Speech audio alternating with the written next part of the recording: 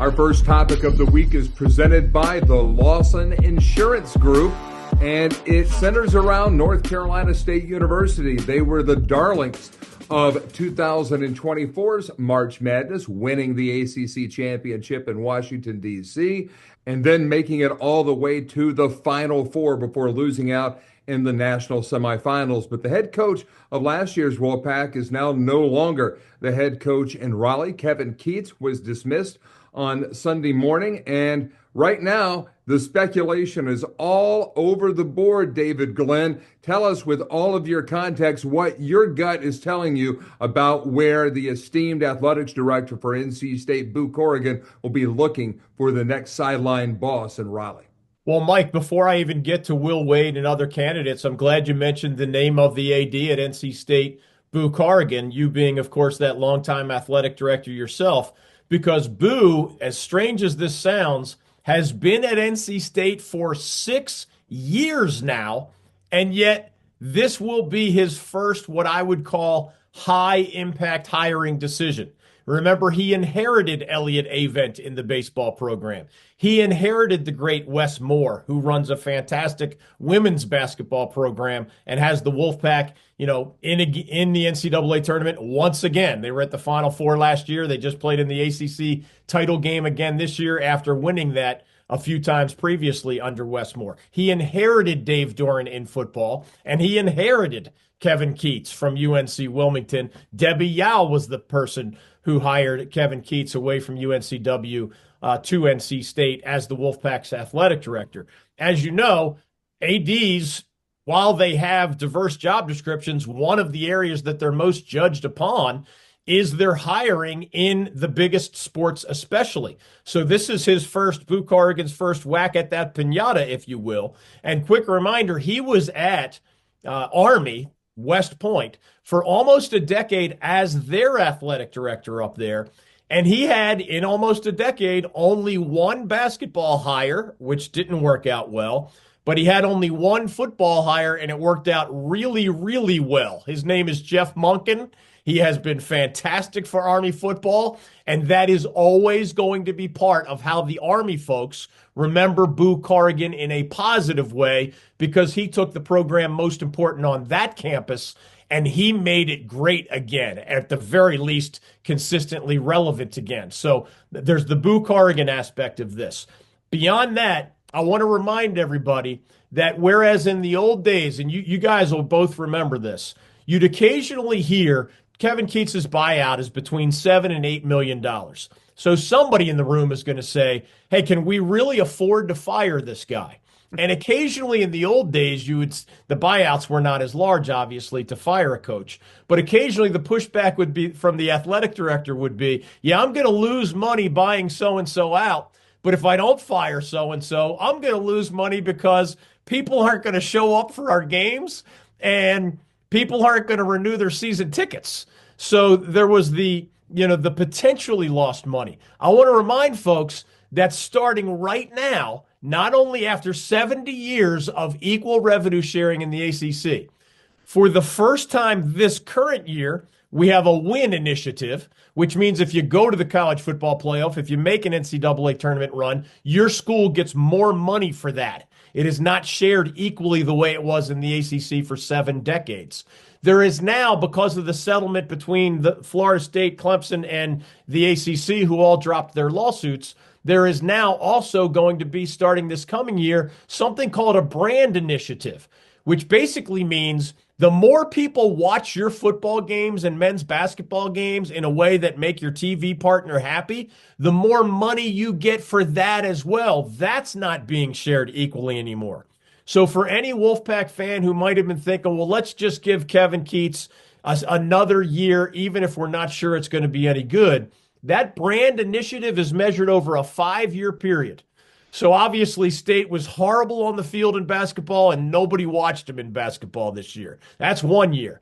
I think trigger fingers are going to get even itchier among athletic directors because of these new initiatives. Whereas in the old days, you could say, well, at least I know I'm getting my $45 million check from the ACC. Under this new revenue sharing, the more successful, more TV eyeball schools might be getting a $57 million check, 12 million more than the baseline. And the schools that aren't performing and aren't drawing TV eyeballs might be dropping down to 37 million or 8 million below the baseline. So there's more pressure to be good. There's more pressure to be relevant. And I mean financial pressure. So all of that, Boo Corrigan's place in the Wolfpack universe and this new world of revenue sharing in the ACC were behind this. I don't want to go too far into the candidates at NC State. I will discuss Will Wade briefly because odds are I don't think this is going to extend so long. Probably if we name 10 guys, 9 of them would be irrelevant within a few days. But Will Wade is mentioning in part because he's the guy that many fans want, and you cannot argue with the guy's on the court success. Head coach at Chattanooga did very well for 2 years. Head coach at VCU took him to the big dance both years. Head coach at LSU of the SEC took them to 3 tournaments in the 4 years that there was a tournament. Obviously, the COVID year canceled that other tournament. I think he would have made that one as well. So that would have been 4 out of 5 with the LSU Tigers, Will Wade taking them to the big dance. And then these last 2 years, he's been outstanding. First place in the Southland Conference both years for the McNeese Cowboys. The questions around Will Wade include the fact that he got busted for NCAA violations during his time at LSU. Now, I'm sure some NC State fans won't care at all about that. Other NC State fans might care a lot about that. And we'll see what the Wolfpack's outgoing chancellor or Boo Corrigan himself thinks about this.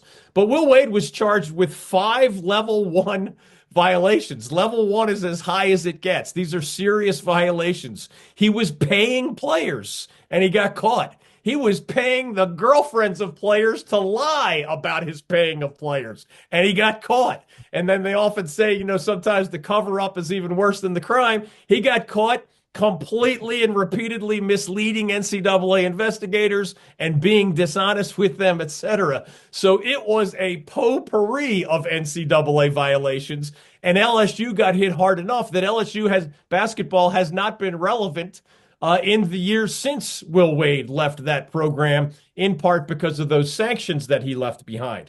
Will Wade's show cause penalty is not even over yet. A show cause penalty is a pretty big whopper of a penalty directly on a coach from the NCAA for rules violations. It's over soon, but it's not over yet, and it means certain things he's restricted from doing on the recruiting trail, etc. Doesn't mean you can't do a lot as a head coach, and he certainly succeeded at McNeese State while under a show cause penalty. But I just want to bring up the complicated candidate that he is because of that unusual combination of, yes, high-level success, but also a very checkered past in the eyes of the NCAA. Oddly enough, 2 guys with great integrity reputations, Tommy Amaker at Harvard and Shaka Smart at VCU, both hired Will Wade as an assistant. So in theory, 2 guys who do things the right way saw fit to hire him. All of that, of course, was before he became a head coach and before he ran into all these NCAA rules violations.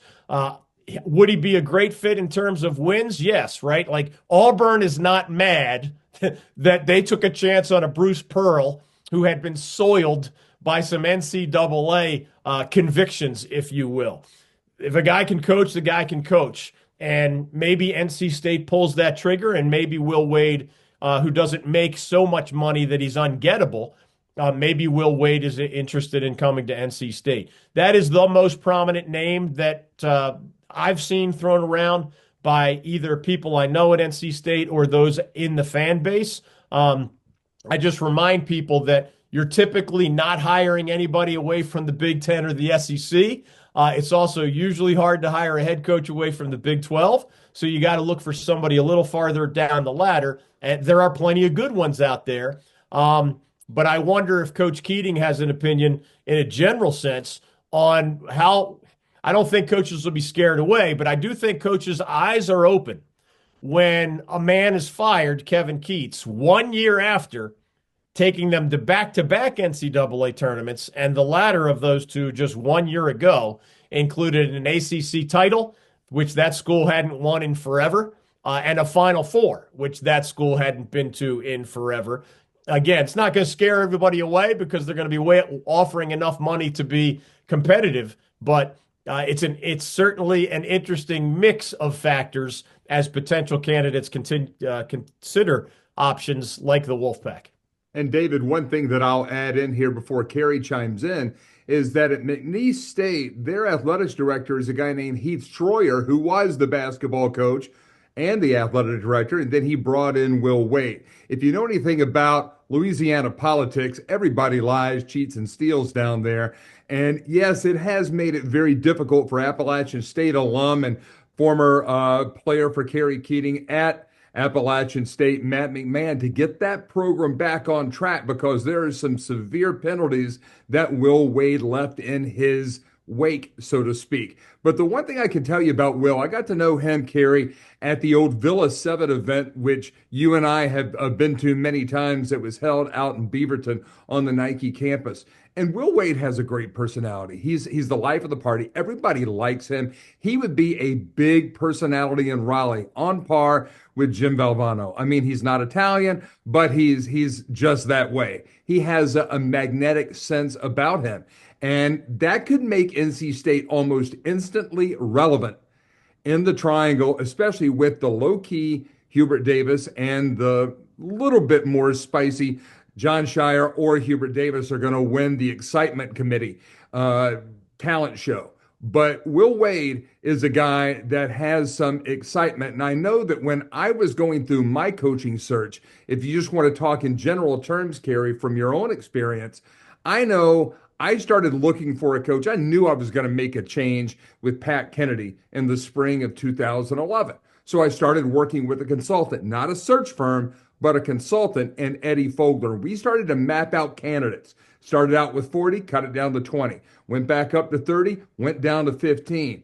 Went down to 10, and then we started to call around and talk to their people, got it to 5, and from there, we made the hire that is still in place at Towson University and their all-time winningest coach, Pat Scarry. What's your impression of how a modern 2025 coaching search is run?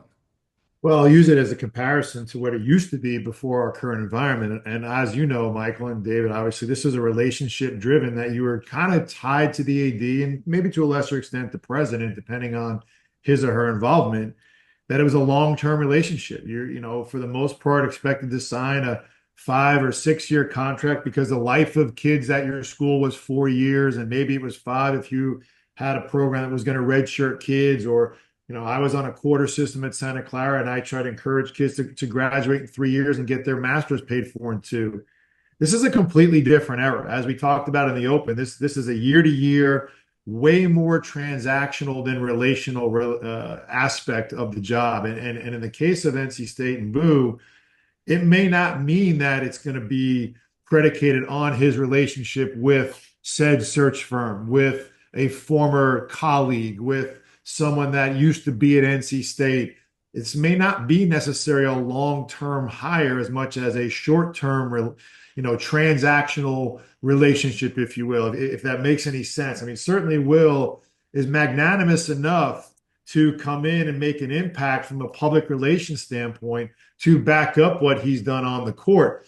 The interesting part about that, and the reference that I just framed, is if Boo has the blinders on to not take into account why Matt was left with that bag to hold, why Will was in the show cause, why those things happen. This is a little bit akin to Kelvin Sampson being removed from Indiana for overdoing text messages.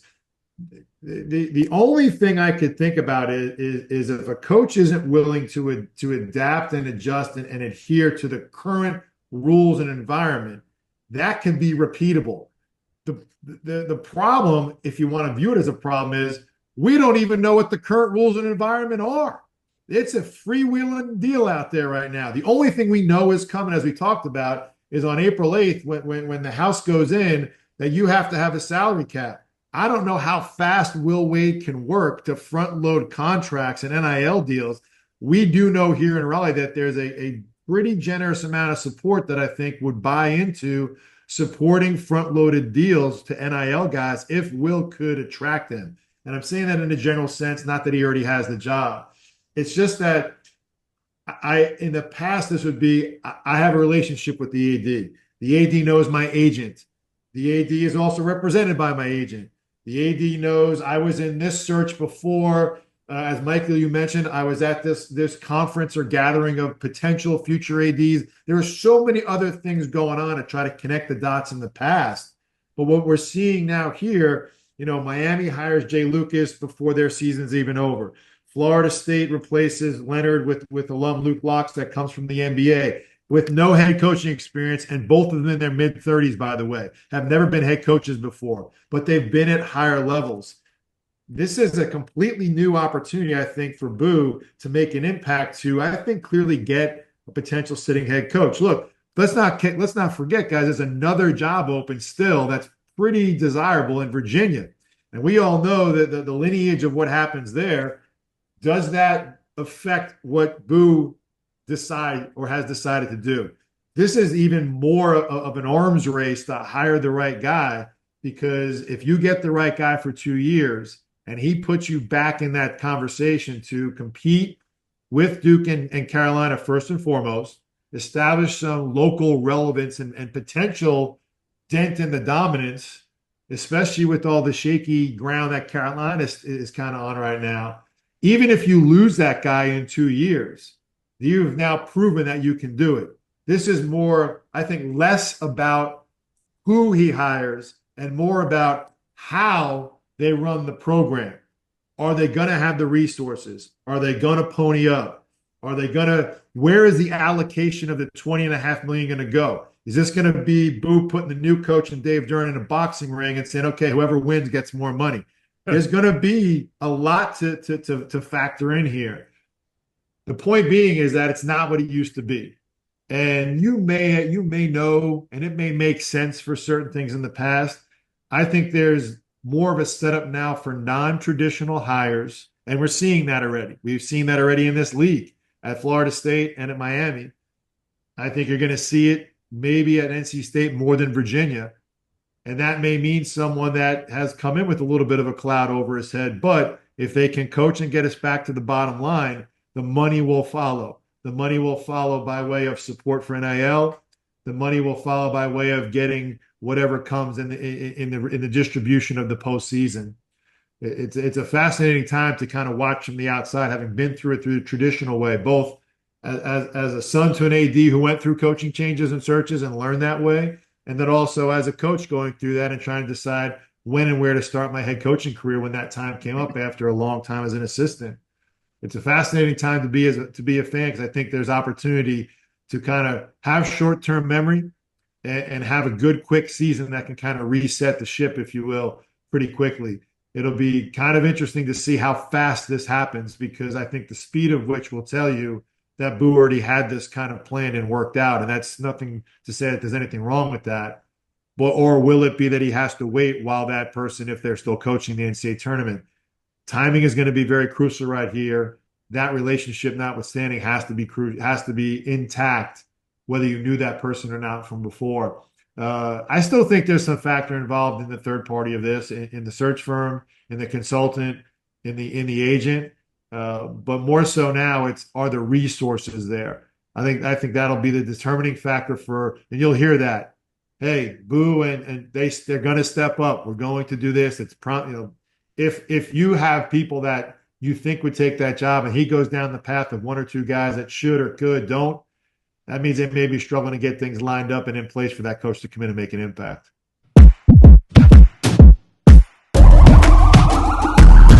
This is the moment we waited for. Everything you want is right here. We gon' give them what they came for. We gon' take it up from last year. Shoot on my shot, boy, I'm long range. Me and the team on the same thing. Stayed down, never switched up. Only thing changed was the game. I'm in the zone now. Nothing can change what we on now. When I pull up, know it's going down. Foot on the gas, ain't no slowing down. Aiming for great.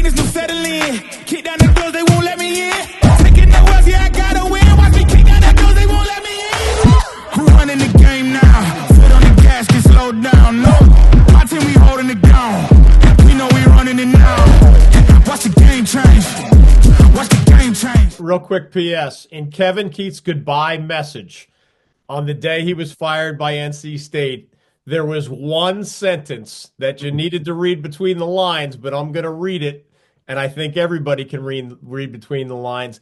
As we enter this new era of college sports, Kevin Keats wrote his goodbye note to Wolfpack Nation.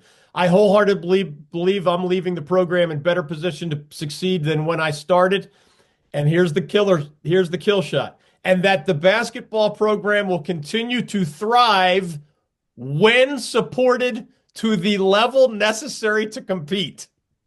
Now, Kevin Keats is not a confrontational guy. He's not going to go out swinging or saying it's unfair that he got fired or whatever, even though a year ago he took him to the Final Four in the ACC title. But that little half a sentence implies you didn't give me what I needed to compete in terms of NIL money when so many ACC guys were transferring to the SEC where they were throwing bigger bucks around. And not just NC State, but a lot of ACC schools were not equipping their own coaches with those same kind of bags. Of course, again, it's third-party money until next year. But Wolfpack Nation, more broadly, was not creating the collective or the big money that he needed to give him the transfers that he needed. School could blame the coach and say, you just didn't get the right guys. Coach could blame the school saying, you didn't give me enough money. Or the broader community saying you didn't give me enough money. But that's where we are in college sports, and that was Kevin Keats' way of saying it's not easy to compare apples to apples when some coaches are being given a lot more resources than others. Obviously, Kevin Keats is going to the Mac Brown Incorporated School of Public Relations for coaches bitter about their NIL budget. But I can add this in. On the Virginia job, back channel communications in the Commonwealth have former UVA assistant coach and now coach dad, Dave Odom, pushing major for his son Ryan to go to the seat previously held by Terry Holland, where Dave Odom, a longtime Ralph Sampson era assistant coach before going on to be the head coach at Wake Forest and at South Carolina. And personally, what kind of a home run would it be if at the end of this coaching cycle, maybe after the Final Four, that Kelvin Sampson comes home to Eastern North Carolina? He's my dream candidate for NC State. I see no other time, David, no other time that NC State basketball could truly make an impact hire that could perhaps be on par or elevate past the University of North Carolina, who has pretty much said Hubert Davis is safe, his assistant coaches are safe. We're going to add these off-the-court positions and put some things in there to support the current staff. NC State, if they get the right guy, is a Pat Kelsey-like reformation in short order that far out of reach? I'll put it this way. In the old system, pre-transfer portal and pre-NIL and all these other massive changes we've had, Brad Brownell at Clemson only took the Tigers to 2 NCAA tournaments in his first 10 years. The world changed, and you know what it did? Didn't perfectly level the playing field. There's no such thing and never will be. But it prevented a Clemson basketball coach who for truly decades got his brains beat in by the likes of Duke and Carolina, who were usually signing all the McDonald's All-American. And there was no such thing as the immediately eligible major college transfer. So there was no quick fix for the most part. And now all those rules are changed. And you know what? Brad Brownell's been to an Elite Eight, and Brad Brownell's just finished in second place in the ACC, and Brad Brownell's got a shot at the first ACC title in the history of Clemson basketball. So can State look through a similar lens and say, why not us? Most of the things that separated the heavyweights from the bottom half of the league, most of the things that caused that to recur, Hall of Fame coaches, the reputation of where the McDonald's All-Americans go, some of those are still in place to a degree, but how you fill your roster has changed a lot. Way more international players available than ever before if you have the NIL money. Immediately eligible transfers, only for the first time in recent years. That's a massive difference for the old way. So, I mean, Jim Larinaga in the new world took the Miami Hurricanes to an Elite Eight and a Final Four. and then had 2 straight horrifically bad seasons immediately after. So that elevator goes up and down, Michael Waddell, in this new world, and it goes up and down pretty quickly if you're not careful. NC Pork, raising the bacon, raising the boss.